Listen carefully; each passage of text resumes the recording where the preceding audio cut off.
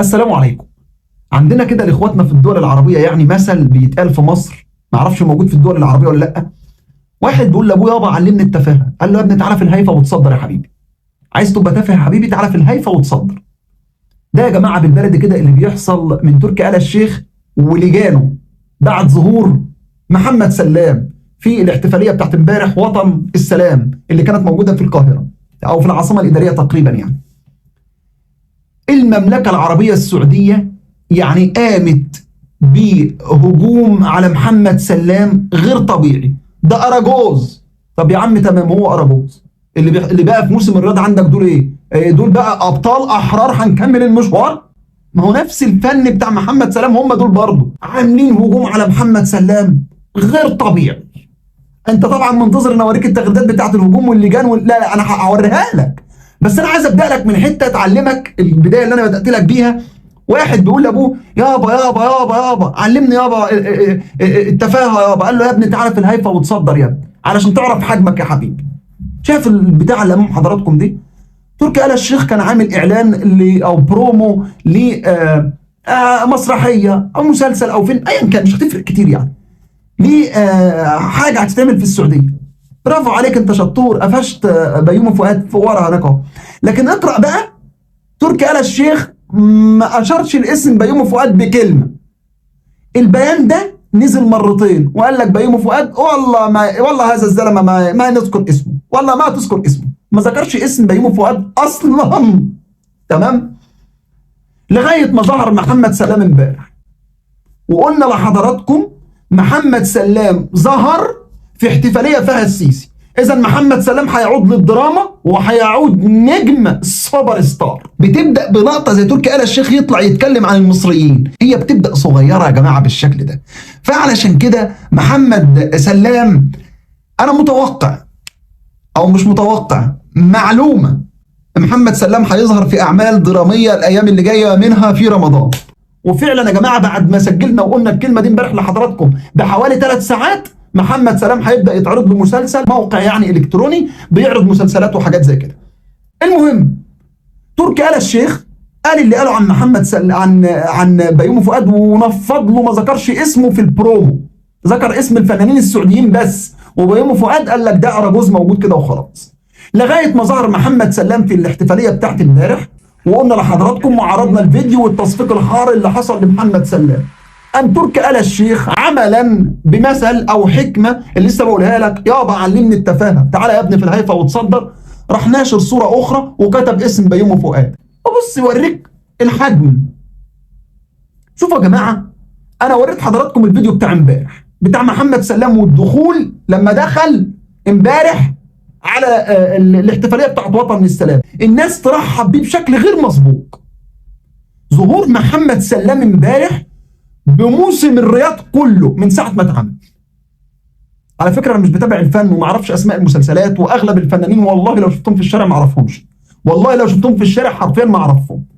بس لا، محمد سلام كان له موقف يوم 25 اكتوبر 23 توقف عن العمل الفني، وكله باع محمد سلام، صحابه ومنتجينه وفنه وكله، لغايه ما ظهر محمد سلام في 25 اكتوبر من عام 2025 بعد سنتين بالثانيه.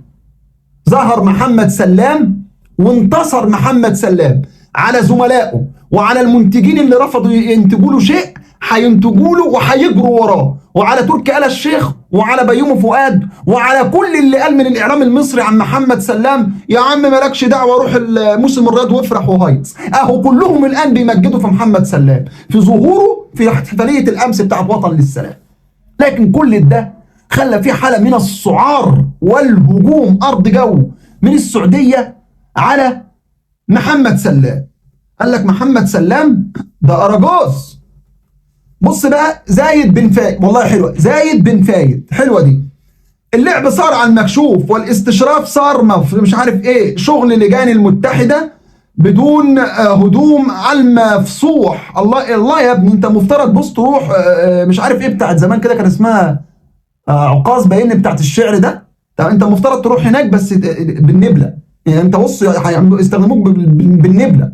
المهم اللي بعده عز الله ابو ناصر انك يا ابو ناصر عندك بعد نظر، حسك خلاه مش عارف خلانا ايه نشوف العجايب.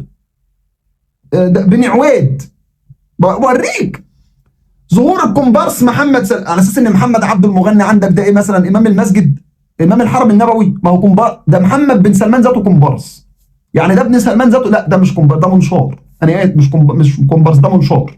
طب ما انت تقول عندك كومبارس برضه انت ما هو موسم الرياض ده عندك كومبارس، ثم انك نسيت ان الكومبارسات دول صرفت عليهم ميزانيه بلدك علشان تعمل نفسك بلد عندها فن، دلوقتي بقى كومبارس. ظهور الكومبارس محمد سلام في مصر وامام عبد الفتاح السيسي او امام رئيسها اليوم بحفل شرم الشيخ يثبت ان ما قام به هذا المأمور في 2023 حول موسم الرياض والمتجرة باحداث غزه والاساءه للسعوديه تقف خلفه وشركه المتحده التابعه للجيش المصري. طب ما انتوا قبل كده كنتوا بتقولوا شركه المتحده مش تابعه للجيش المصري، يا دي تنفع ودي ده انت رخم، والله انت رخم، انت لازم تقفشنا كده شغل الاخوان اللي بيقفش كل حاجه ده. وبعدين محمد سلام لما رجع في الاحتفاليه بتاعت امبارح رجع بعد ما العمليه العسكريه والحرب توقفت على غزه. يعني الاحتفاليه دي امبارح يا جماعه، امبارح 25 اكتوبر، الحرب متوقفه على غزه من 15 يوم واكتر، فالاحتفاليه دي امبارح ده بس ده اللي قال سعود. المهم طيب يا كومبارس انت والمتحده غزه تحتاج من يعمرها. لا ما هو من يعمرها دي الامر صدر من ترامب، انتوا هتعمروها من الاخر، انتوا صرفتوا فلوسكم لامريكا علشان تدي عتاد عسكري لاسرائيل علشان يحصل اللي بيحصل في غزه، هتصرفوا فلوسكم لتعمير غزه. الكلام ده مفيش خيار ومفيش فيه حريه الاختيار عند ال سعود والامارات، هتعمل كده يا مفيش كرسي ومفيش حكم مفيش خليج. من الاخر الكلام ده مفيش، انت بتحميش نفسك. المهم سعود العتيبي وهاني صنيطان، ايه هاني صنيطان يا جدعان؟ في اسم حد صنيطان ده ولا ايه؟ هي مش سرطان دي اسم كده. المهم يا جماعه، المهم عندما يتم اختيار الاراجوز محمد سلام وامال ماهر للمشاركه في مراسم الاحتفال باتفاق شرم الشيخ فيعلم انه شكل من اشكال الاستفزاز. ايوه ما ينفعش ان نطلع محمد سلام المصري وامال ماهر المصريه في حفل مصري ان نجيب مين؟ محمد عبده نجيب محمد عبده.